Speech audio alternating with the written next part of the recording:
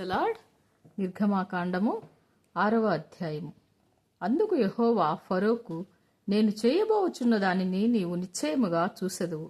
బలమైన హస్తము చేత అతడు వారిని పోనిచ్చును. బలమైన హస్తము చేతనే అతడు తన దేశములో నుండి వారిని తోలివేయునని మోషేతో అనెను. మరియు దేవుడు మోషేతో ఇట్లనెను, నేనే యెహోవాను. నేను సర్వశక్తిగల దేవుడను పేరున అబ్రహాము, ఇస్సాకు, యాకోబులకు ప్రత్యక్షమైతిని గాని యెహోవాను నా నామమున నేను వారికి తెలియబడలేదు. మరియు వారు పరవాసము చేసిన దేశముకు కనాను దేశమును వారికిచ్చుటకు నా నిబంధనను వారితో స్థిరపరచితిని. ఐగుప్తీయులు దాసత్వమునకు లోపరచబడి ఉన్న ఇశ్రాయేలీల మూలుగులు విని నా నిబంధనను జ్ఞాపకము చేసుకుని ఉన్నాను. కాబట్టి నీవు ఇశ్రాయేలీలతో ఇలాగు చెప్పుము, నేనే యెహోవాను. నేను ఐగుప్తీయులు మోయించు బరువుల క్రింద నుండి మిమ్మును వెలుపలికి రప్పించి వారి దాసత్వంలో నుండి మిమ్మును విడిపించి నా బాహువు చాపి గొప్ప తీర్పులు తీర్చి మిమ్మును విడిపించి మిమ్మును నాకు ప్రజలుగా చేసుకుని మీకు దేవుడునై ఉందును. అప్పుడు ఐగుప్తీయుల బరువు కింద నుండి మిమ్మును వెలుపలికి రప్పించిన మీ దేవుడినైన యెహోవాను నేనే అని మీరు తెలుసుకుందురు. నేను అబ్రహాము, ఇస్సాకు, యాకోబులకు ఇచ్చేదనని చెయ్యి ఎత్తి ప్రమాణము చేసిన దేశంలోనికి మిమ్మును రప్పించి దాన్ని మీకు స్వాస్థ్యముగా ఇచ్చెదను. నేను యెహోవానని చెప్పుమనగా మోషే ఇశ్రాయేలీలతో అలాగు చెప్పెను. అయితే వారు మనోవ్యాకులమును బట్టి కఠిన దాసత్వమును బట్టి మోషే మాట విననైరి. మరియు యెహోవా మోషేతో, నీవు లోపలికి వెళ్లి ఐగుప్తు రాజైన ఫరోతో ఇశ్రాయేలీలను తన దేశములో నుండి వెలుపలికి పోనీయవలెనని అతనితో చెప్పుమనెను.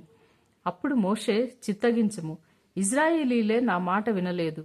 మాట మాంద్యము గలవాడునగు నా మాట ఫరో ఎట్లు వినునని యెహోవా సన్నిధిని పలికెను.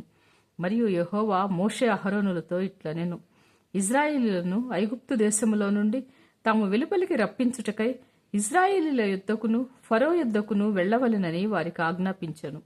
వారి పితరుల కుటుంబముల మూలపురుషులు ఎవరనగా ఇశ్రాయేలు జ్యేష్ఠ కుమారుడైన రూబేను కుమారులు హానోకు, పల్లు, హెస్రోను, కర్మి. వీరు రూబేను కుటుంబములు. షిమ్యోను కుమారులు యెమూయేలు, యామీను, ఓహదు, యాకీదు, సోహరు, కనాను స్త్రీకి కుమారుడైన షావూలు. వీరు షిమ్యోను కుటుంబములు. లేవి కుమారుల పేరులు వారి వారి వంశావళుల చొప్పున ఏవేమనగా గెర్షోను, కహాతు, మెరారి. లేవి 137 బ్రతికెను.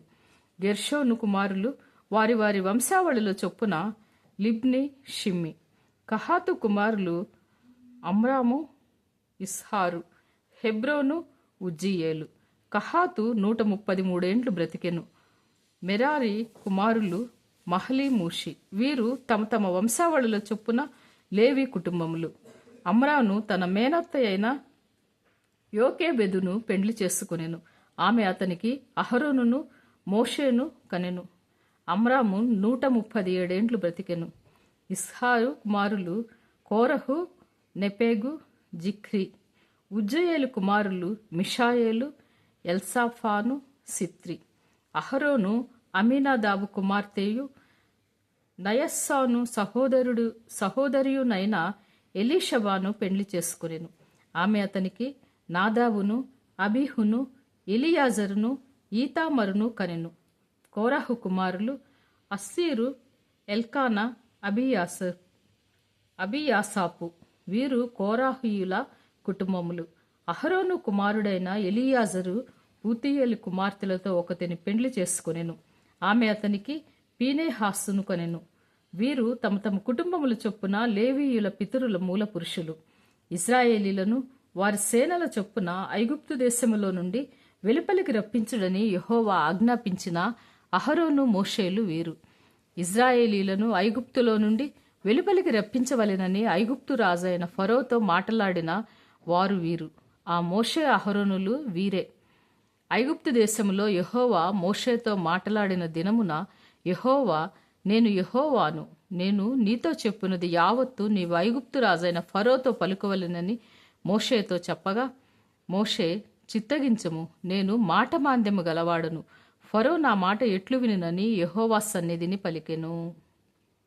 May God bless you.